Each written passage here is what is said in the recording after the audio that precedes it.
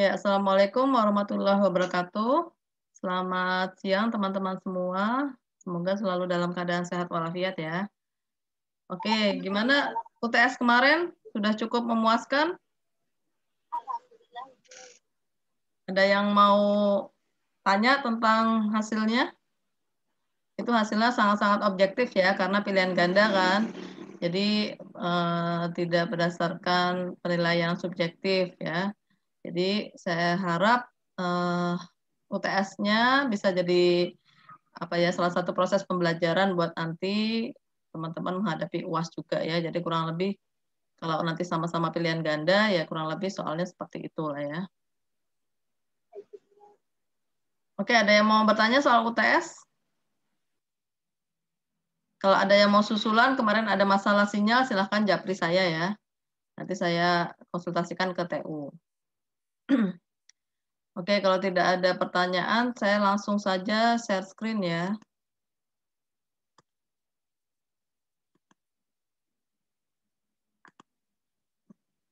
Sudah kelihatan belum? Sudah, Bu. Sudah ya. Oke, jadi kita sekarang di minggu ke-8 ya. Seperti janji saya, setelah UTS itu ada kelas online ya. Jadi saya usahakan ini memberikan materi ya, walaupun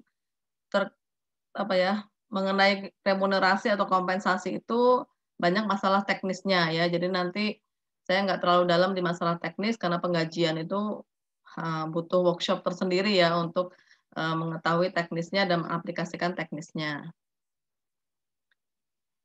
Jadi apa sih itu remunerasi atau kompensasi ya? Jadi sebenarnya sama saja sih, tapi istilahnya aja yang berbeda. Biasanya kalau secara umum namanya kompensasi, tapi kalau di barat itu atau di luar negeri itu namanya remuneration ya. Nah, kalau orang-orang pegawai negeri itu biasanya mengenal istilah ya remunerasi. Jadi di sini remunerasi adalah pemberian gaji atau pendapatan tambahan kepada seorang pegawai sebagai apresiasi atas kontribusinya ya. Jadi seperti sistem imbalan remunerasi itu. Ya. Kontribusi terhadap organisasi yang sifatnya rutin ya sehingga dia mendapatkan imbalan yang sifatnya itu berkala biasanya tiap bulan atau mendapatkan gaji ya.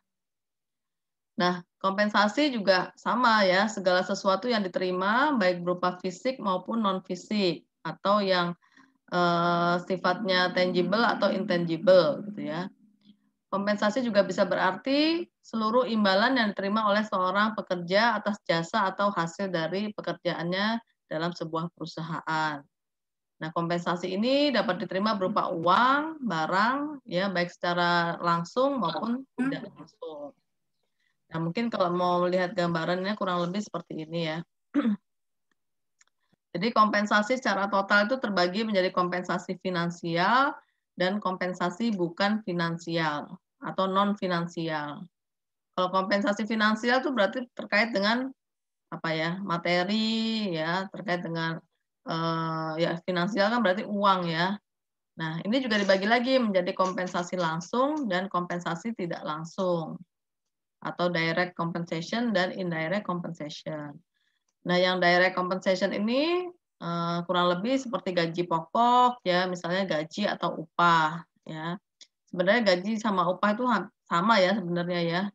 Tapi yang membedakan adalah biasanya gaji itu upah itu biasanya diberikan untuk tenaga kerja yang sifatnya lebih kasar gitu ya kayak buruh. Itu kan dia biasanya ada yang per jam gitu ya, per hari. Nah, itu namanya upah. Tapi kalau gaji itu biasanya bulanan.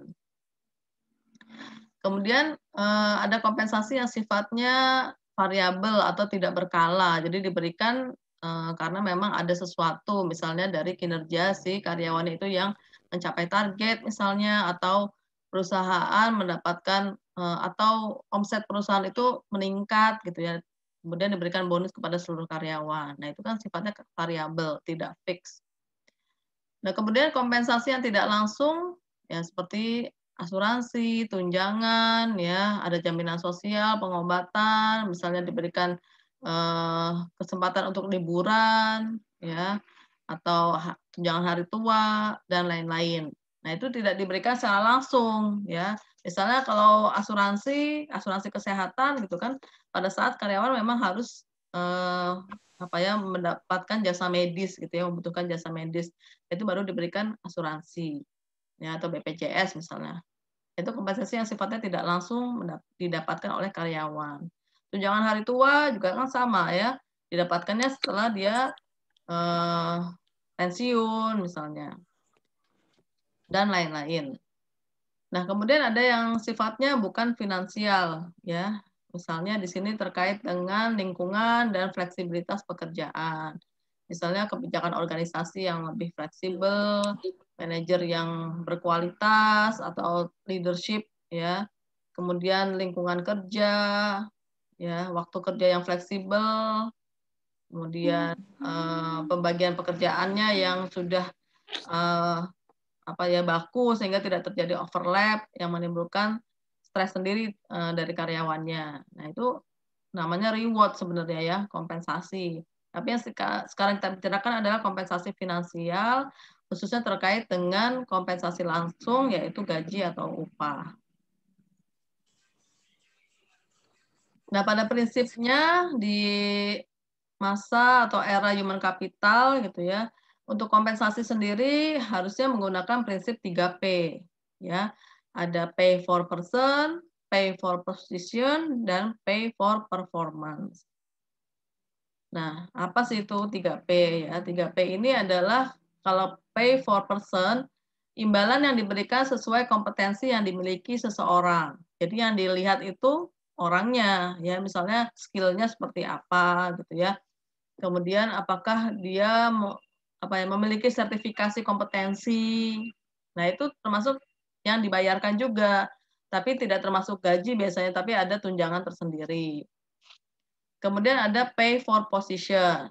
Nah, ini imbalan yang diberikan sesuai dengan beban tanggung jawab atau jabatan yang diembannya. Misalnya posisi staff ya dengan supervisor, dengan manajer, nah itu kan pasti ada perbedaan imbalannya juga karena tanggung jawabnya juga berbeda gitu ya. Biasanya juga ada namanya tunjangan jabatan atau tunjab. Kemudian yang ketiga ada pay for performance, ya. Imbalan yang diberikan sesuai dengan kinerja, ya, atau hasil kerja atau kontribusi yang diberikan oleh karyawan terhadap perusahaan. Nah, ini misalnya dalam bentuk insentif, bonus, ya. Teman-teman pernah dengar insentif nggak? Ya, kalau misalnya kayak sales gitu ya, sales motor. Nah, dia bisa menjual motor, misalnya 10 dalam waktu 2 minggu misalnya. Nah, misalnya di atas target. Nah, itu berarti kan dia mendapatkan namanya pay for performance atau insentif.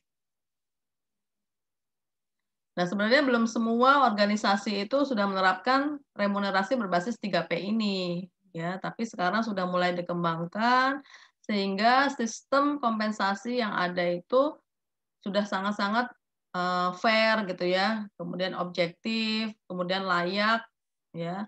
Dan sehingga membuat si para karyawan itu menjadi termotivasi. Ya, karena intinya gaji atau kompensasi itu membuat karyawan menjadi salah satu motivasi ya, namanya motivasi ekstrinsik. Ya, bahwa motivasi orang bekerja itu salah satunya tidak bisa dipungkiri adalah adanya gaji. Dan pemberian gaji ini juga bisa menjadi clash atau konflik ya dalam organisasi. Ya, misalnya terjadi kebocoran ya, sehingga ada beberapa karyawan yang merasa tidak adil ya, dia merasa tanggung jawabnya, beban pekerjaannya lebih tinggi dibanding si B, tapi kok si B yang lebih besar gitu ya. Itu kan bisa menimbulkan konflik-konflik. Nah, itu yang dihindari sehingga, salah satu, yang dilakukan oleh organisasi adalah menciptakan remunerasi yang, baik, yang kompetitif dan adil. Nah, kalau melihat dari human capital framework ya atau kerangka dari human capital, di sini kan, biasanya memang berlandaskan pada strategi organisasi gitu ya. Jadi ada corporate strategic business plan, kemudian diturunkan menjadi corporate human capital ya. Nah, human capital sendiri terdiri dari beberapa program-program atau beberapa tahapan ya. Kalau kita bicara planning, berarti kan ini terkait dengan organizational development atau OD biasanya ya. Sebelumnya kan kita sudah mempelajari ANAJAP, Manpower Planning, ya itu termasuk di human capital planning. Kalau acquiring, nah ini attracting ya, berarti terkait dengan staffing ya. Di sini biasanya rekrutmen, seleksi, dan placement. Nah, di developing kita juga sudah belajar tentang training and development ya. Kemudian juga ada performance management strategy atau PMS ya. Salah satu aplikasinya adalah penilaian kinerja. Nah, ini adalah di tingkat bagaimana mengembangkan karyawan. Nah, kemudian bagaimana memelihara karyawan atau memotivasi karyawan. Nah, ini kita bicara salah satunya kompensasi dan benefit. Jadi kalau di HR itu biasanya disingkat jadi komben, compensation and benefit. Ada divisinya sendiri. Ya. Kan ada divisi rekrutmen, ada divisi training, divisi OD, kemudian divisi IR, industrial relation, dan divisi komben. Kemudian juga mencakup remuneration strategy. Nah, ini bagaimana kita bisa memelihara karyawan yang sudah ada di dalam organisasi yang memang dianggap potensial. Nah, kemudian yang terakhir adalah retaining, bagaimana mempertahankan para talent. Nah, ini salah satunya melalui talent management strategy. Nah, syarat-syarat dilakukannya kebijakan remunerasi yang pertama haruslah bersifat adil ya atau fair. Jadi berdasarkan faktor kinerja dari karyawan, kemudian kontribusinya kepada kemajuan organisasi ya dan nilai posisi yang dijabat. Nah, ini keadilan ini juga bisa dilihat dari kacamata internal maupun eksternal. Ya, nanti akan kita bahas ya. Jadi intinya kebijakan remunerasi yang ada dalam suatu organisasi itu harus memiliki prinsip adil atau fair. Jangan sampai nanti karyawan merasa dibeda-bedakan gitu ya. Kok si A dapatnya segini, si B segini, si C segini gitu ya, tapi nggak ngerti kenapa mereka bisa dapat segitu gitu ya. Nah, ini makanya perlu adanya kebijakan remunerasi. Kemudian harus bersifat atraktif dan kompetitif. Jadi, pemberian gaji itu harus menarik dan kompetitif dibandingkan perusahaan lain atau rata-rata gaji perusahaan di Indonesia. Nah, maksudnya di sini adalah bahwa kita kan tadi di human capital ada attracting ya atau acquiring. Bagaimana kita bisa menarik sebanyak-banyaknya karyawan yang memang potensial gitu ya, yang kualifikasinya sesuai yang dibutuhkan organisasi. Nah, supaya calon karyawan itu tertarik untuk bekerja di perusahaan kita, nah berarti kita harus menawarkan salah satu kompensasi dan benefit yang menarik, ya, yang kompetitif dibandingkan perusahaan-perusahaan lain. Ya, misalnya kalau kita bicara tentang BUMN aja ya, dari BUMN sendiri biasanya orang-orang tuh bisa mengira gitu ya, dan bisa mengetahui kira-kira untuk fresh graduate atau level entry level gitu ya, yang pertama kali baru masuk kerja itu biasanya berapa sih di gajinya. Nah, itu perusahaan yang besar terutama ya, harus bisa membuat sistem kompensasi dan benefit yang bisa menarik para karyawan yang potensial. Ya misalnya kalau kita ngomongin BUMN bisa jadi fresh graduate itu digaji 7 juta sampai 8 juta ya. Dan itu bisa dibandingkan nih misalnya kayak Bank Mandiri, BI, BRI gitu ya. Yang di perbankan aja juga agak berbeda-beda. Nah, bisa mungkin tidak terlalu jauh dari pasaran. Kemudian kalau multinational company kayak Unilever gitu ya, itu juga akan lebih tinggi lagi gajinya gitu ya. Bahkan kalau misalnya yang sampai di atas 10 juta itu juga ada. Nah, itu berarti kenapa? Karena perusahaan itu memang perusahaan besar, ya omsetnya bisa triliunan gitu kan, sehingga bonusnya juga atau pemasukannya juga tinggi, sehingga dia bisa menggaji karyawannya juga dengan nilai yang tinggi. Kemudian yang lain adalah sesuai dengan ketentuan undang-undang. Ya, jadi pemberian gaji harus memenuhi ketentuan peraturan perundangan pemerintah. Nah, ada beberapa undang-undang yang banyak membahas tentang remunerasi atau kompensasi. Ya, salah satunya ada di Undang-Undang Nomor 13 Tahun 2003. Kemudian juga ada peraturan dari Kementerian Tenaga Kerja. Nah, itu juga yang menjadi syarat kebijakan adanya remunerasi. Kalau misalnya tidak ada dalam suatu perusahaan tidak ada struktur upah dan skala upah, ya kalau disingkat tuh SUSU, SUSU.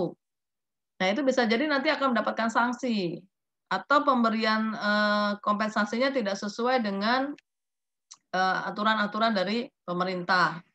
Ya, itu juga bisa mendapatkan sanksi asalkan memang sesuai kesepakatan bersama antara karyawan dengan organisasi. Karena pemberian remunerasi itu juga harus dikaitkan dengan kemampuan perusahaan. Nah, kemudian remunerasinya juga harus cukup layak, ya. Jadi pemberian gaji harus cukup layak bagi penerimanya sesuai dengan kemampuan perusahaan. Nah, tadi yang seperti saya singgung ya, kalau misalnya, perusahaannya mampu, tapi dia tidak mau memberikan gaji yang layak, ya itu bisa jadi ada catatan tersendiri, ya berarti memang, apa ya, curang gitu ya perusahaannya, ya tidak memikirkan kesejahteraan karyawannya. Nah, tadi kita bicara adil ya di awal, jadi keadilan dalam kompensasi finansial ya, misalnya di sini ada teori keadilan dari, equity theory ya. Salah satu teori motivasi di mana orang menilai kinerja dan sikap mereka dengan membandingkan kontribusi mereka pada pekerjaan dan keuntungan yang mereka peroleh dari situ dengan kontribusi dan keuntungan orang lain. Jadi comparison others, ya jadi membandingkan dengan orang lain. Ya tadi ya, sebenarnya kalau masalah gaji itu kan konfidensial ya, rahasia. Ya, tidak boleh bocor harusnya. Tapi kan bisa jadi ada beberapa oknum yang membocorkan, gaji kepada karyawan di organisasi, sehingga bisa menimbulkan tadi konflik-konflik ya, merasa tidak adil. Nah, itu bisa jadi namanya membandingkan dengan yang didapatkan oleh orang lain. Kemudian keadilan finansial, persepsi para karyawan mengenai adil tidaknya pembayaran yang mereka terima. Ya, jadi di sini, karyawan memiliki persepsi bahwa apa yang dia berikan gitu, itu dinilai adil atau tidak adil berdasarkan kompensasi yang diterima. Ya, bisa bisa misalnya nih ya, ada manajer gitu ya, manajer merasa tanggung jawabnya tinggi gitu ya, beban kerjanya tinggi, targetnya tinggi, tapi ternyata gajinya tidak layak ya, tidak adil gitu ya terhadap, atau yang dia terima dalam suatu organisasi, sehingga bisa menimbulkan persepsi yang, merasa tidak adil tadi gitu ya. Jadi yang mempengaruhi kompensasi, kalau dilihat dari keadilan adalah dari eksternal fokus dan internal fokus. Nah, kalau dari eksternal fokus, di sini misalnya ya, akan terwujud ketika para karyawan sebuah perusahaan menerima bayaran yang sebanding dengan para karyawan yang menjalankan jabatan yang serupa. Jadi kalau keadilan eksternal kita pakai kacamata eksternal gitu ya. Jadi kalau misalnya dianggap, bayarannya itu fair gitu ya atau adil, itu berarti dibandingkan dengan jabatan lain di luar, itu juga akan sama, ya 11-12 lah range-nya gitu yang diterima. Ya tidak terlalu jauh gap-nya gitu ya. Nah, sehingga salah satu yang dilakukan adalah melakukan survei kompensasi ya atau namanya salary survey. Nah, ini membantu organisasi menentukan sampai sejauh mana terwujud keadilan eksternal. Nah, nanti coba saya share ya, kalau ada waktu, contoh salary survey. Biasanya itu kalau para HR, ya, praktisi HR itu di WA group, di Telegram gitu ya, itu kadang-kadang suka nanyain, sudah keluar belum ya salary survey dari Kelly? Sudah keluar belum ya salary survey dari Robert Walters?" Gitu ya. Jadi para konsultan yang melakukan salary survey. Nah, sehingga kita tahu misalnya nih, HRD manager gitu ya, itu range-nya sekitar berapa sih untuk gajinya, ya. Kita ngomonginnya gaji pokok biasanya. Untuk gajinya tuh, range-nya berapa sih. Kemudian ada beberapa industri di situ, ada perhotelan misalnya, ya, ada manufaktur dan lain-lain. Sehingga itu bisa menjadi acuan dalam menentukan, standar gaji. Nah, kalau keadilan internal, nah ini terwujud ketika para karyawan menerima bayaran, ya, menurut nilai relatif dari jabatan mereka dalam organisasi yang sama. Nah, prosesnya melalui apa? Prosesnya melalui evaluasi jabatan atau disingkat biasanya job eva, ya, job evaluation. Jadi job evaluation adalah alat utama untuk menentukan keadilan internal. Nah, tadi kalau keadilan eksternal pakai salary survey, ya kita melakukan survei, membandingkan gitu ya, gaji-gaji di luaran gitu ya, di luar organisasi kita. Nah, biasanya dengan, dibandingkan juga industrinya gitu ya. Nah, kalau keadilan internal melalui evaluasi jabatan. Nah, ini menentukan nilai relatif atau bobot dari masing-masing jabatan sehingga dapat ditentukan nominalnya. Kemudian juga ada keadilan karyawan atau employee equity yang terwujud ketika orang-orang yang menjalankan jabatan yang serupa untuk perusahaan yang sama menerima bayaran menurut faktor-faktor personal pada diri karyawan, seperti tingkat kinerja atau senioritas. Nah, ini biasanya menyangkut apa yang ada yang dimiliki oleh si karyawan itu, sehingga dia menerima bayaran ya dengan jabatan yang sama, eh, di perusahaan yang sama gitu ya. Misalnya nih di sini terkait masa kerja, ya masa kerja itu mempengaruhi, dalam proses kompensasi. Yang 5 tahun dibandingkan dengan yang 15 tahun pasti akan berbeda. Nah, itu berdasarkan employee equity. Nah, sebenarnya apa sih tujuan dilakukannya kebijakan remunerasi? Ya. Yang pertama, mampu menarik tenaga kerja yang berkualitas baik dan mempertahankan mereka. Ya sudah pasti tadi ya sesuai sama, tahapan di acquiring, di attracting ya. Salah satu untuk menarik minat para tenaga kerja yang akan melamar di perusahaan kita adalah dengan menawarkan, paket komben yang menarik, compensation and benefit gitu ya. Sehingga bila memang mereka, berkinerja baik, ya kita juga bisa mempertahankan mereka. Dan selanjutnya ada memotivasi pegawai yang baik untuk berprestasi tinggi. Nah, jangan sampai pemberian kompensasi malah menurunkan motivasi pegawai yang berkinerja baik atau memiliki, unsur demotivasi gitu ya. Nah, kalau karyawan-karyawan yang potensial, yang memiliki achievement gitu ya, itu pasti kan ada reward-nya kan. Nah, reward-nya itu apa? Salah satunya memberikan remunerasi yang menarik ya. Remunerasinya nggak harus finansial kok, ya, bisa non finansial juga, misalnya dia akan disekolahkan gitu ya, kemudian akan diberikan, bonus KPR misalnya, itu juga bisa ya, sehingga bisa memotivasi pegawai ya, yang memang sudah memiliki prestasi. Jangan sampai karyawan yang sudah memiliki prestasi yang baik, melirik perusahaan lain yang dirasa memberikan komben yang lebih menarik, gitu ya. Jadi harus bisa mempertahankan para talent. Kemudian mendorong peningkatan kualitas SDM. Nah, sudah pasti dengan adanya kompensasi dan benefit yang menarik, ini bisa menimbulkan, kinerja yang tinggi, ya. Jadi para SDM harus berpacu untuk meningkatkan kualitasnya. Ya entah melalui tingkat kinerjanya, melalui kompetensinya, dia mengembangkan diri terus ya supaya mendapatkan tunjangan terkait dengan pay for person ya, terkait kompetensi kan, sehingga bisa mendorong peningkatan kualitas SDM. Dan yang terakhir ada membantu mengendalikan biaya imbalan pegawai. Nah, gaji ini kan salah satu, operational cost yang tinggi ya, selain dengan operational cost yang lain gitu ya. Jadi gaji jangan sampai, membuat apa ya, biaya yang tinggi ya, cost center gitu ya dalam suatu organisasi. Sehingga harus dibuat kebijakan remunerasi dengan cara apa, dengan cara yang objektif, fair gitu ya.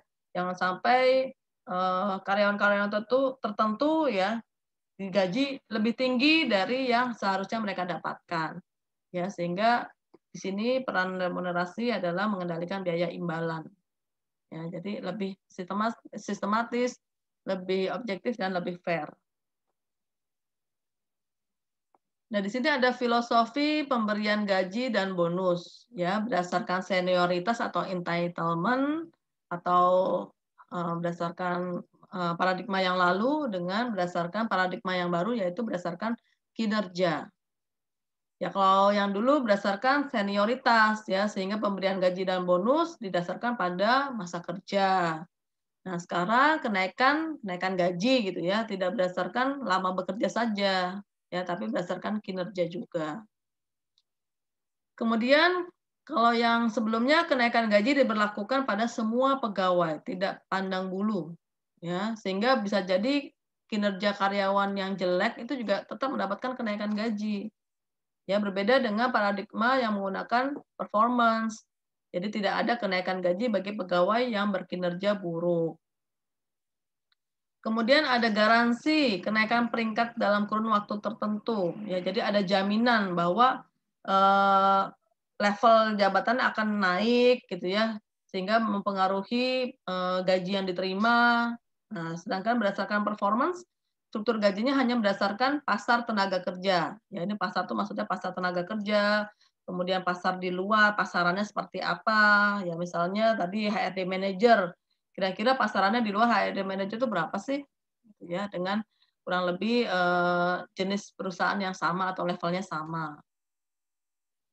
Nah, kemudian kalau sebelumnya perbandingan salary structure itu sama-sama dengan industri yang sejenis, misalnya manufaktur ya dengan manufaktur, ya perhotelan dengan perhotelan. Tapi kalau sekarang sudah apa ya multi industri gitu ya. Jadi perbandingannya tidak hanya berdasarkan industri yang sama tapi juga industri lain. Makanya di salary survey itu ada jenis-jenis industrinya ya, dan sehingga kita bisa membandingkan juga dengan industri lainnya. Kemudian pemberian bonus dilakukan ya untuk semua karyawan, itu namanya Santa Claus bonus. Nah, sedangkan kalau yang berdasarkan performa ya berdasarkan kinerjanya, dia mencapai target ya diberikan bonus gitu ya. Kalau Santa Claus bonus kan orang-orang yang kerjanya biasa-biasa aja, so-so aja juga tetap diberikan bonus. Ya, ini perbedaan ya pemberian gaji dan bonus berdasarkan paradigma lalu dan paradigma sekarang. Nah, di sini adalah faktor-faktor yang mempengaruhi standar gaji. Ya. Apa saja sih faktor-faktornya? Salah satunya adalah ada ketetapan pemerintah atau kebijakan pemerintah. Ya, dalam hal ini beberapa perusahaan ya berpegang pada UMP misalnya ya, atau UMSR, upah minimum sektoral regional, sebagai pegangan untuk menetapkan tingkat upah ya, khususnya tentang gaji ya. Ini belum ngomongin tunjangan ya, gaji ya. Nah, ini menjadikan patokan bagi perusahaan. Nah, tapi tentu saja ini hanya berlaku untuk jabatan pelaksana tingkat terendah. Misalnya kalau di Jogja, ada yang tahu nggak UMP-nya sekarang berapa? Kan UMP sebenarnya hampir tiap tahun mengalami kenaikan gitu ya. Nah, ada yang tahu UMP DIY berapa? Kalau nggak salah 1.750.000 baru naik Ibu ya, bulan lalu atau bulan ini? Ya, jadi Jogja sendiri kan terbagi-bagi ya menjadi kota, Sleman ya, kabupaten ya. Sleman sama kota sendiri beda gitu ya. Jadi kalau yang paling tinggi itu memang kota 1,8 kalau nggak salah. Tapi kalau di rata-rata jadi 1,7 ya kalau misalnya kita bagi menjadi DIY. Nah, berdasarkan aturan pemerintah kemarin sudah diputuskan ya berdasarkan keputusan dari Menaker atau ya kalau nggak salah ya Menaker atau pokoknya peraturan menteri lah ya, yang menyatakan bahwa tidak ada kenaikan UMP ya karena adanya pandemi ya, tapi dikembalikan untuk regionalnya ke regional masing-masing. Nah, makanya kemarin kan ada peraturan dari gubernur ya, keputusan dari gubernur Jogja bahwa UMP-nya naik kalau nggak salah 3, berapa persen gitu ya. Sehingga yang tadinya 17 berapa menjadi 17 berapa, saya nggak hafal lah ya. Nah, terus ada juga yang di Jakarta juga naik ya 3, juga persentasenya dari 4 juta, kalau nggak salah naiknya 200.000, 4.400.000 jadi 4.600.000 apa ya, kalau nggak salah seperti itu. Tapi ada beberapa daerah juga yang sesuai sama aturan pemerintah tidak menaikkan ya, kayak Jabar, Jateng gitu ya, sehingga ada beberapa yang protes kan. Nah, ini menjadi acuan juga ya. Jadi biasanya kalau di level entry gitu ya, di level yang baru masuk, itu disesuaikan dengan UMP ya. Misalnya kalau misalnya masuk di perusahaan di Jogja ya kurang lebih kisarannya gajinya awalnya sekitar 1,8 misalnya. Tapi itu pun tergantung kemampuan perusahaan ya. Nggak bisa disaklekan seperti itu. Kemudian tingkat gaji di pasaran ya. Dalam hal ini perusahaan akan mengacu pada besarnya upah atau gaji yang dibayar oleh perusahaan lain, terutama pada sektor yang sama. Nah, perusahaan bisa memutuskan apakah mau sama dengan harga pasar atau melebihi sedikit. Nah, ini tergantung pada strategi dan kemampuan perusahaan lagi, gitu ya. Tingkat upah yang berlaku di pasaran diperoleh melalui kegiatan benchmarking atau survei imbalan atau salary survei tadi. Ya, jadi untuk mengetahui sih di pasaran tuh berapa sih gaji untuk staf A, ya, staf marketing misalnya, staf HRD, untuk supervisor, manajer dan lain-lain. Nah, ini kan misalnya udah tahu nih dari salary survei, kira-kira pasarannya range-nya berapa gitu ya. Nah, tergantung kita organisasi mau di atasnya atau mau sama gitu ya. Kalau mau lebih kompetitif kan seharusnya di atasnya gitu ya, tapi tergantung kemampuan organisasi juga, kemampuan membayarnya. Kemudian, nah ini, yang penting juga adalah kemampuan perusahaan atau company's ability to pay. Ya, dalam hal ini yang menjadi acuan utama adalah kemampuan finansial dari si perusahaan itu sendiri untuk membayar, ya. Perusahaan mungkin ingin membayar upah atau gaji seperti perusahaan lain, tapi pada saat ini kondisi perusahaan belum memungkinkan, ya. Misalnya untuk perusahaan-perusahaan baru, ya, startup atau perusahaan yang sekarang terkena imbas dari pandemi, gitu ya. Nah itu kan nggak bisa saklek sama dengan perusahaan lain yang memang mampu, gitu ya. Jadi harus dilihat lagi kemampuan perusahaan. Dan yang nggak kalah penting adalah kemauan perusahaan. Ya, dalam hal ini perusahaan tidak mempedulikan harga pasar ataupun faktor lain, tapi hanya berpegang pada apa yang menurut mereka wajar. Ya, jadi kalau misalnya perusahaannya mampu, ya, tapi dia merasa apa ya tidak ada willingness gitu ya untuk membayar sesuai kemampuannya, ya itu juga bisa mempengaruhi standar gaji gitu ya. Kan ada beberapa perusahaan seperti itu ya. Mungkin mereka pengen invest di bidang lain gitu ya, atau melakukan saving gitu ya, sehingga untuk operasional gaji itu mereka dibatasi dulu gitu ya. Nanti mungkin kalau misalnya sudah semakin maju, semakin meningkat omsetnya baru disesuaikan, misalnya seperti itu ya. Kemudian ada kualifikasi SDM yang dicari. Nah, ini biasanya disangkut pautkan juga dengan skill gitu ya. Misalnya dengan penguasaan teknologi ya. Nah, ini bisa jadi mempengaruhi standar gajinya, ya. Orang yang bergerak di bidang IT dengan yang bergerak di bidang non IT juga itu juga bisa mempengaruhi standar gaji yang diberikan, gitu ya. Kemudian tuntutan pekerja. Nah, tuntutan pekerja di sini biasanya dilakukan oleh kalau di organisasi yang besar itu kan ada serikat pekerja ya. Jadi yang mewakili para karyawan untuk melakukan kesepakatan mengenai gaji itu diwakili oleh para serikat pekerja. Ya, jadi biasanya dilakukan negosiasi ya mengenai gaji, standarnya seperti apa melalui meja perundingan dengan cara musyawarah ya. Jadi tuntutan pekerja itu juga mempengaruhi standar gaji mungkin ya sebelumnya kayak di pabrik A misalnya dirasa oleh para karyawannya gajinya di bawah rata-rata gitu ya atau di bawah standar sehingga mereka mengajukan gitu ya untuk melakukan negosiasi kepada manajemen melalui serikat pekerjanya ya sehingga bisa dijadikan bahan diskusi dan apa nanti keputusannya sehingga mempengaruhi standar gaji berikutnya. Nah, ini jenis kompensasi yang sifatnya finansial ya. Ada gaji atau base pay ya, gaji pokok yang terdiri dari upah dan gaji. Ya, kemudian gaji variabel ya yang tadi sifatnya bervariasi ya.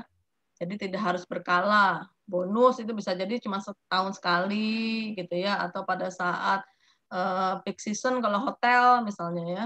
Kemudian ada insentif ya kalau mencapai target. Kemudian juga ada pemberian opsi saham. Nah, sekarang ini pemberian opsi saham menjadi salah satu alternatif pemberian kompensasi bagi karyawan. Ya. Kayak Google itu kan karyawannya namanya Googler ya. Nah, para Googler ini dikasih salah satunya opsi saham sebagai salah satu bentuk kompensasi. Kemudian ada benefit.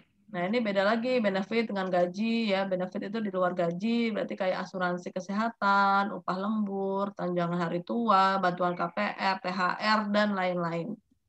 Nah, ini jenis kompensasi. Minggu depan kita akan bicara lagi terkait tunjangan ya. Nah, gaji itu juga mengalami penyesuaian atau kenaikan. Ya, jenis kenaikan gaji ya ini kalau yang bersifat umum biasanya diberikan atau berlaku untuk semua karyawan dari semua tingkatan. Besarannya juga biasanya sama. Jadi misalnya disamaratakan gitu ya. Tahun depan misalnya mulai Januari ya 2021 semua naik ya sebesar misalnya tadi 4%, 5% gitu ya atau 10%. Jadi semua jabatan itu naiknya 10% gitu loh. Itu yang bersifat umum kenaikannya. Kalau yang bersifat individual, nah ini berdasarkan tadi kinerja individu, ya kompetensinya, ya sehingga kenaikannya dilakukan secara unik atau berbeda-beda kepada setiap pegawai. Nah, kenaikan gaji yang bersifat umum dipengaruhi oleh kemauan dari perusahaan itu sendiri, ya. Ya tadi misalnya perusahaannya mampu, tapi dia mau nggak untuk memberikan atau menaikkan gaji karyawannya. Ya, kemudian berdasarkan permusyawarahan tadi dengan para anggota serikat pekerja, ya sehingga terjadi negosiasi sehingga bisa dilakukan kenaikan gaji untuk periode berikutnya. Atau memang sudah ada kebiasaan nih berdasarkan KKB, kesepakatan kerja bersama antara company dengan karyawannya, ya bahwa setiap tahun akan ada kenaikan gaji. Nah, yang terakhir berdasarkan ketentuan pemerintah, misalnya tadi lewat UMP tadi ya, atau ada inflasi gitu ya, sehingga ada penyesuaian gaji. Ya, ini yang bersifat umum. Kalau yang bersifat individual ya tadi berdasarkan kinerjanya atau prestasi kerjanya, misalnya dia mendapatkan promosi dari supervisor menjadi manajer, berarti kan ada penyesuaian atau kenaikan gaji. Atau berdasarkan masa kerjanya, ya masa kerjanya sudah di atas 10 tahun, nah itu akan ditambahkan tambahan gaji. Nah ini yang sudah agak teknis nih sebenarnya ya. Jadi tahapan dalam menyusun skala remunerasi dan evaluasi jabatan. Nah ini biasanya kalau evaluasi jabatan kan tadi terkait keadilan internal, ya kita memberikan bobot atau nilai relatif pada masing-masing jabatan. Ya, evaluasi jabatan atau job eva adalah sebuah proses yang dilakukan untuk menentukan nilai relatif dalam arti berat ringannya suatu pekerjaan dibandingkan dengan pekerjaan-pekerjaan yang lain dalam sebuah organisasi. Ya, jadi dilihat nih dari tanggung jawabnya misalnya gitu ya, beban kerjanya, kemudian dibandingkan dengan pekerjaan-pekerjaan yang lain yang ada dalam organisasi yang sama. Gitu ya. Hasil evaluasi jabatan digunakan untuk memberikan bobot ya atau nilai suatu pekerjaan dan kemudian menentukan berapa besaran gaji yang layak diberikan untuk pekerjaan tersebut. Jadi dari hasil evaluasi jabatan itu kan udah ketahuan tuh bobotnya ya atau nilainya ya sehingga dapat ditentukan berapa sih nominalnya ya untuk pekerjaan tersebut atau gajinya.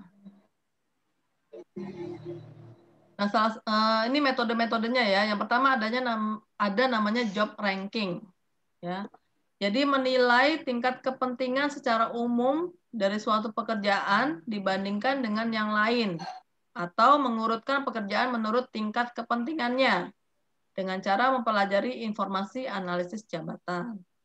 Ya kan analisis jabatan ada produknya job desk, job spec dan ada job performance standar. Ya. Jadi kira-kira apa sih pekerjaannya ya, tanggung jawabnya seperti apa, kualifikasi yang dibutuhkan seperti apa, indikator keberhasilannya seperti apa ya. Kemudian secara subjektif mengurutkan pekerjaan mana yang lebih penting dibandingkan dengan pekerjaan lainnya. Saya langsung ke contohnya aja ya, biar nggak bingung. Nah ini misalnya contohnya, ini menggunakan job ranking. Jadi di sebuah bengkel, ya di situ ada beberapa jenis pekerjaan. Ya, kemudian diambil jabatan-jabatan kunci aja. Ya ada keamanan, sekretaris, masinis atau mekanik ya, sini namanya mekanik, supervisor, dan kepala bengkel. Kemudian diurutkan dari 1 sampai 5. 1 berarti yang paling tinggi levelnya. Kemudian 2, 3, 4, 5 ya. Kemudian langsung ditentukan nih nominalnya. Kepala bengkel kurang lebih 300.000. Supervisor di bawahnya ya 250.000. Mekanik segini. Sekretaris segini, keamanan segini. Ya, sehingga di sini ada peringkatnya dan ada nominalnya. Kan sangat-sangat sederhana ya. Nah, ini job ranking itu biasanya untuk organisasi yang kecil ya, karena kan jabatannya juga belum banyak. Nah, ini yang pertama adalah namanya job ranking. Kemudian yang kedua ada namanya job grading ya. Jadi menetapkan suatu pekerjaan dalam kategori tertentu atau klasifikasi atau kelompok ya. Kelompok itu disebut kelas jika berisi jabatan yang sama. Dan disebut tingkatan jika berisi pekerjaan yang berbeda tapi mempunyai kesulitan yang sama. Ya, langsung ke contohnya aja deh. Di sini ada tingkat 1 sampai 6. Tingkat 1 uraiannya adalah pekerjaan sangat sederhana dan sangat rutin. Dilakukan dalam pengawasan yang sangat ketat. Tidak membutuhkan pengalaman dan pelatihan untuk melakukannya. Tidak memerlukan hubungan dengan orang lain dalam pelaksanaannya. Berarti kan ini levelnya yang paling kecil ya. Pekerjaannya sangat sederhana dan day to day ya, sangat rutin dari hari ke hari itu aja. Pengawasannya sangat ketat ya, jadi harus diawasi ya, dan tidak membutuhkan skill untuk melakukannya ya, dan tidak memerlukan hubungan dengan orang lain dalam pelaksanaannya. Misalnya apa sih kalau kayak di kantor pos itu ya. Kantor pos mungkin kayak yang cuma stempel-stempelin aja gitu ya. Jadi pekerjaannya sangat-sangat sederhana lah. Nah, tingkat 2 pekerjaannya sederhana dan rutin, sudah tidak sangat sederhana lagi ya. Jadi ada beberapa tingkatan atau level ya. Tingkat kesulitannya, hubungannya dengan orang lain, pengawasan yang diterima, pengawasan yang dilakukan, skill yang dibutuhkan seperti apa, dan lain-lain.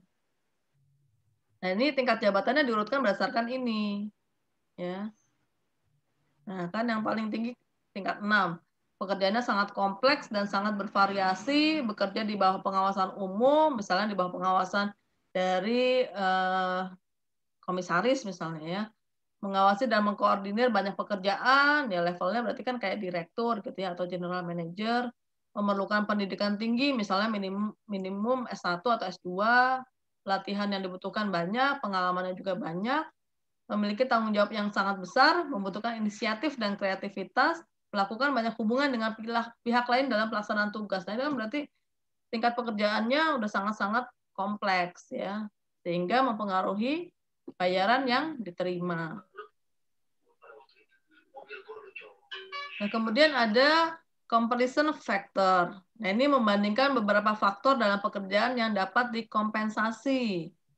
Ya, misalnya beberapa pekerjaan kunci dibandingkan dengan beberapa faktor yang dapat dikompensasi seperti, nah ini dilihat dari unsur-unsurnya. Ada unsur tanggung jawab, keterampilan atau skill, tingkat usaha atau upaya yang dibutuhkan, dan kondisi kerja. Nah, misalnya di sini. Di sini ada kepala bengkel, ada supervisor, ada mekanik, ada sekretaris, dan keamanan. Dilihat dari tanggung jawab. Ya. Jadi 1 tuh nanti tanggung jawabnya yang paling kompleks misalnya. Ya. Urutannya dari 1 sampai 5. Ya. Di tanggung jawab kepala bengkel paling tinggi tanggung jawabnya. Di bawahnya adalah supervisor. Dari skill, kepala bengkel juga paling tinggi. Ya, ini masih berurutan ya tanggung jawab sama skill. Tapi dari tingkat upaya, nah yang paling besar upayanya adalah mekanik kan, karena dia berurusan langsung dengan mobil-mobilnya gitu ya. Langsung melakukan keterampilannya yang dibutuhkan lebih tinggi gitu kan, usahanya. Kemudian yang paling rendah tingkat usahanya adalah sekretaris misalnya di sini. Kemudian lingkungan kerjanya, kepala bengkel kan dia bisa mobile gitu ya, nggak harus berurusan dengan operasional langsung gitu ya, berhadapan dengan mobil dan lain-lain gitu ya. Nah, itu dia paling rendah setelah sekretaris ya, untuk lingkungan kerja yang harus dia lakukan gitu ya, atau berkaitan dengan pekerjaannya. Nah, ini perbandingan peringkat faktor namanya. Nah, kemudian dari yang tadi ini, ya, kita sudah tahu nih peringkatnya ya. Nah, baru dilakukan pemberian nominalnya berdasarkan tingkat faktor itu. Ya, kepala bengkel tanggung jawabnya nomor 1. Ya, kalau dilihat di sini kan paling tinggi nih tanggung jawabnya. Misalnya nominalnya 120.000, di bawahnya 100.000. Sama skill juga paling tinggi kepala bengkel. Tapi kalau tingkat usaha, mekanik lah yang paling tinggi. Ya kan, bisa kelihatan ya. Sehingga kalau dijumlah ke samping, ya tetap paling tinggi adalah kepala bengkel, kemudian yang kedua supervisor, 3 mekanik, keempat sekretaris, dan kelima keamanan. Nah, ini namanya comparison factor. Nah, ini masalah teknis ya. Jadi nanti teman-teman coba cari-cari referensi yang lain ya terkait dengan teknis dalam menentukan dalam melakukan evaluasi jabatan. Nah, yang terakhir ada namanya point system ya. Salah satu teknik point system ini adalah yang paling banyak digunakan dalam perusahaan untuk menentukan gaji. Ya. Ada namanya HAY system, HAY system. Ya. Jadi HAY itu adalah konsultan ternama di dunia ya. Dan dia memiliki skema tentang remunerasi, bagaimana melakukan teknik remunerasi, menentukan poin-poin yang kemudian diadaptasi di Indonesia. Jadi yang pertama adalah menentukan faktor-faktor yang dapat dikompensasikan. Kemudian menentukan skala dan bobot setiap faktor yang dikompensasikan tadi. Kemudian menentukan value-nya, posisi dan salary grade-nya atau klasifikasi gajinya. Nah, ini aktivitasnya kurang lebih ya menentukan faktor yang dapat dikompensasi. Biasanya 4-8 faktor yang akan digunakan sebagai dasar untuk menghargai sebuah posisi. Kemudian melakukan diskusi dengan pihak manajemen. Jadi yang menentukan remunerasi itu ada timnya loh, bukan cuma HRD misalnya, tapi ada timnya atau ada komitenya. Ya. Sehingga bisa lebih objektif. Kemudian melakukan diskusi dengan pihak manajemen untuk memfinalisasi faktor-faktor yang dapat dikompensasi itu. Ya. Nah, faktor yang dapat dikompensasi itu misalnya seperti ini loh. Ada namanya, ini adaptasi dari HAY ya, know-how. Know-how itu terkait dengan keterampilan. Nah, masing-masing masing-masing faktor ini kemudian dikasih bobotnya. Know-how itu bobotnya 35%. Ya, terkait keterampilan. Kemudian terkait dengan upaya atau usaha yang diberikan. Ya, ini nilainya 30%. Kemudian terkait tanggung jawab, nilainya atau bobotnya 35%. Sehingga kalau ditotal untuk masing-masing faktor ini adalah 100%. Nah, masing-masing aspek ini juga dibagi-bagi lagi. Ya, di sini know-how kan keterampilan berkaitan dengan keterampilan teknis, bobotnya 12%. Keterampilan manajerial bobotnya 15%. Kemampuan dalam menjalin hubungan interpersonal bobotnya 8%. Kemudian upaya itu kan bisa upaya fisik, upaya mental atau kognisi dan waktu yang dilakukan ya atau yang dicurahkan gitu ya. Nah, masing-masing juga ada bobotnya. Kemudian tanggung jawab terhadap hasil kerja, tanggung jawab terhadap aset dan tanggung jawab terhadap bawahan. Ya. Jadi di sini kalau kita lihat ya langsung aja ya supaya nggak pusing. Nah ini contohnya. Contoh hasil penilaian job value ya atau tadi berdasarkan point system. Jadi di sini posisinya ada direktur operasional ya sampai ada 42 jabatan. Kalau teman-teman lihat ya ada 42 jabatan. Terbagi-bagi menjadi aspek-aspek. Know-how, teknisnya dikasih poin berapa, manajerial berapa, interpersonal berapa, ya pikiran berapa, usaha berapa, dan sehingga kalau dijumlahkan ke samping, kita tahu nih total dari masing-masing jabatan. Ya. Jadi kita tahu value-nya atau bobotnya dari masing-masing jabatan itu berdasarkan kompensasi faktor-faktor yang dikompensasikan. atau yang diberikan penilaian. Nah, setelah evaluasi selesai, jabatan-jabatan yang ada mungkin perlu dibagi dalam 2 atau 3 kelompok dengan struktur golongan atau kelas jabatan dan struktur gaji patokan yang berbeda. Ya. Nah, misalnya jadi kayak gini. Tapi ini belum semuanya ya. Ini tadi dari 42 ya, kita ambil 18 jabatan ya, kemudian diberikan klasifikasi atau grade dari masing-masing. Misalnya sama-sama direktur, grade-nya 1 atau yang paling tinggi. Skala gajinya ada range-nya. Ini golongan ya, A, B, C, D itu golongan. Golongan A misalnya direktur operasional sama direktur komersial ya, karena grade 1 sekitar gajinya 10 juta sampai 12 juta. Golongan B segini, golongan C segini, golongan D segini. Kemudian di bawahnya kita klasifikasikan menjadi manajer senior. Di sini ada koordinator project, manajer teknik, project manager, manajer logistik, manajer keuangan. Ya. Kemudian skala gajinya kurang lebih ya golongan A berapa, golongan B, C, D berapa. Kemudian di bawahnya grade-nya adalah manajer. Ya, ada manajer PPC, site manager, manajer marketing, dan lain-lain. Ini juga ada skala gajinya. Ya. Kemudian di bawahnya lagi ada supervisor senior. Dan di bawahnya lagi nanti ada staff dan lain-lain. Ya. Jadi ini cuma dibagi dulu ke dalam 1, 2, 3, 4 grade yang terdiri dari 18 jabatan. Ya, dan masing-masing nanti skala gajinya ada golongan-golongannya. Ya, ribet ya. Memang ribet kalau misalnya kita ngomongin kompensasi ya, menentukan gaji, ini masih dasar banget ya. Tapi kalau misalnya teman-teman pengen tahu, teman-teman bisa, ya saya anggap selesai dulu. Saya share tentang struktur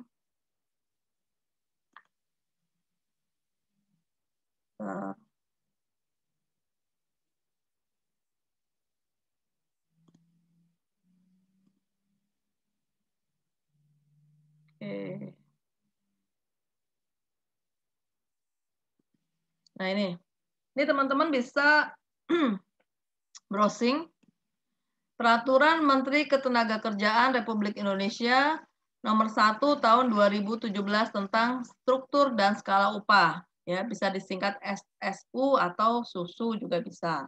Struktur upah dan skala upah. Jadi ini aturan dari Menaker ya pada tahun 2017 tentang struktur dan skala upah.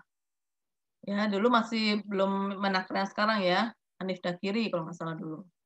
Nah, ini ada ininya, undang-undangnya. Ya, berdasarkan pasal 92 ayat 3 Undang-Undang Nomor 13 tahun 2003 tentang pengupahan dan lain-lain. Kemudian undang-undang lain seperti apa gitu ya.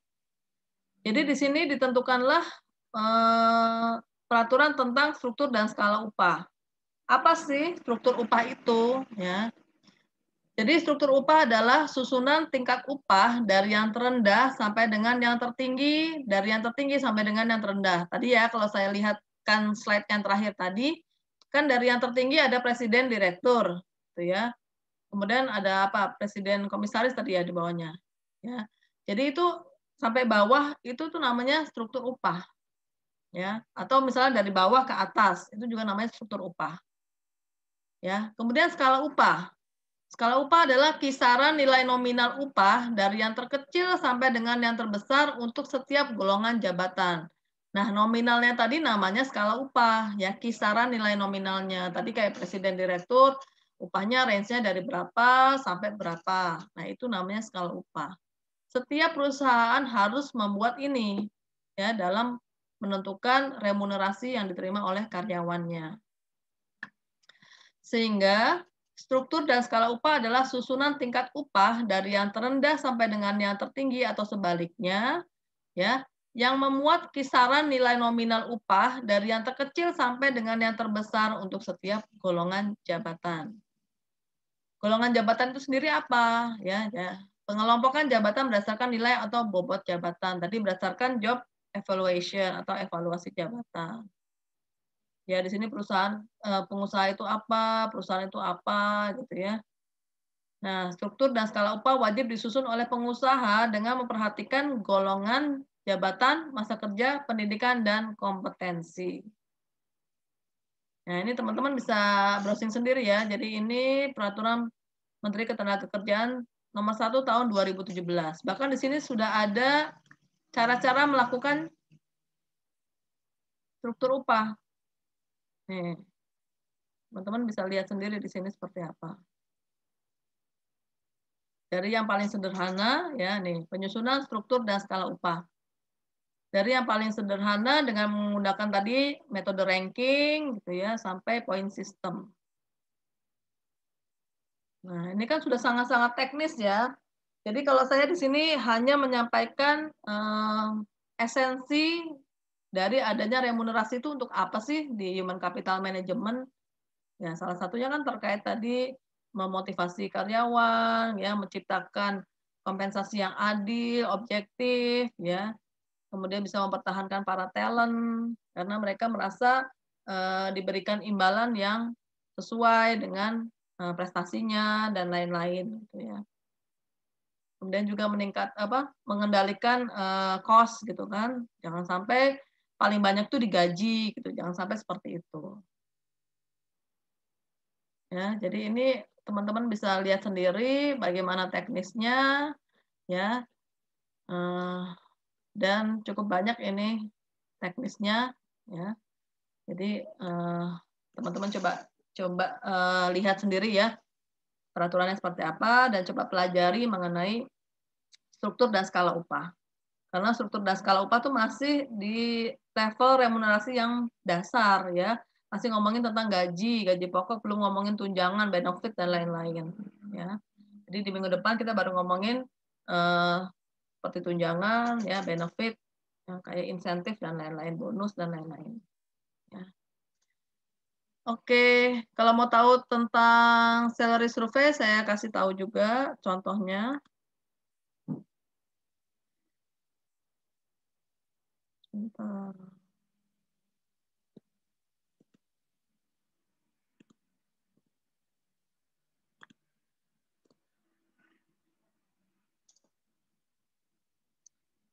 Oke.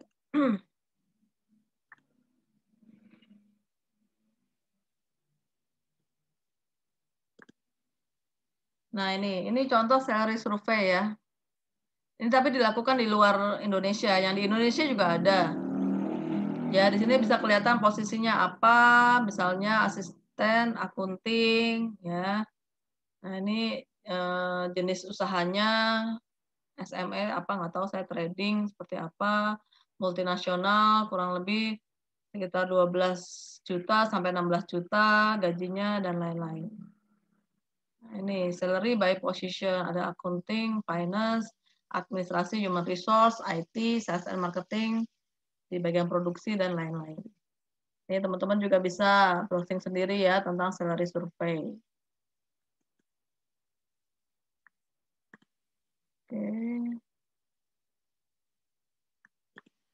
Oke, saya rasa cukup. Ada pertanyaan dari teman-teman mengenai remunerasi? Kira-kira sudah ada sedikit gambaran tentang remunerasi? Ya. Kalau masalah teknis, itu nanti bisa teman-teman cari sendiri ya ilmunya dari mana. Biasanya sih ada workshop tentang penggajian. Ya, nanti kalau misalnya teman-teman sudah mau lulus, ya semester-semester akhir, nah itu bisa teman-teman cari-cari workshop tentang kompensasi ini, menentukan kompensasi, penggajian, dan lain-lain. Tapi kalau misalnya hanya terkait untuk mengetahui esensi adanya remunerasi dalam suatu organisasi itu untuk apa, ya kurang lebih seperti yang saya sampaikan.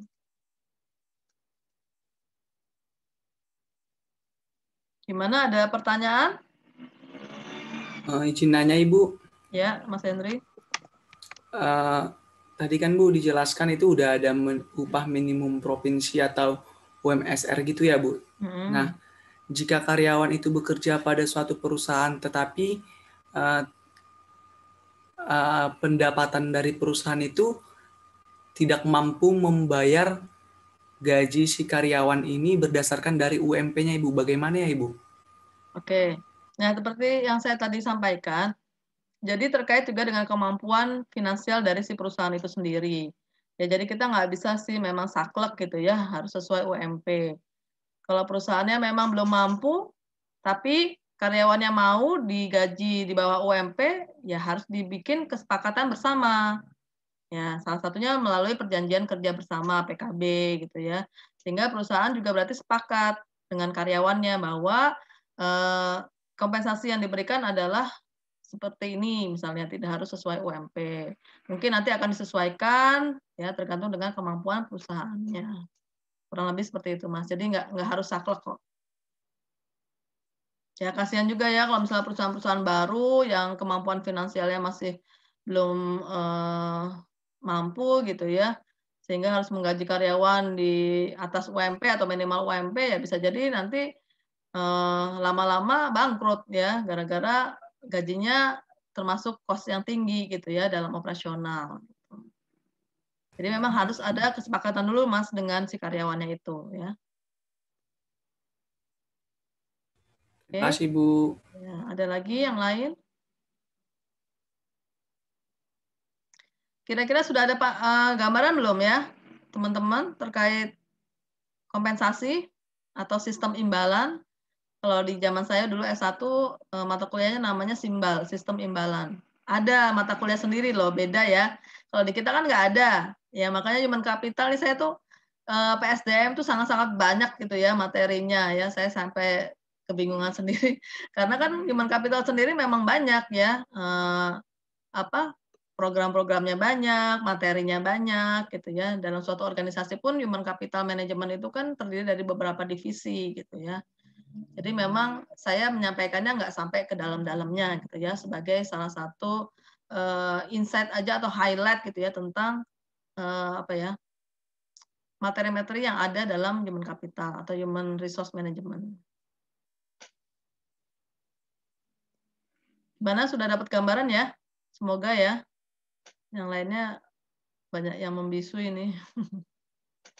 Semoga membisunya karena paham ya, bukan karena tidur ya. Saya nggak tahu nih banyak yang tidur apa enggak ini. Aman Bu, aman.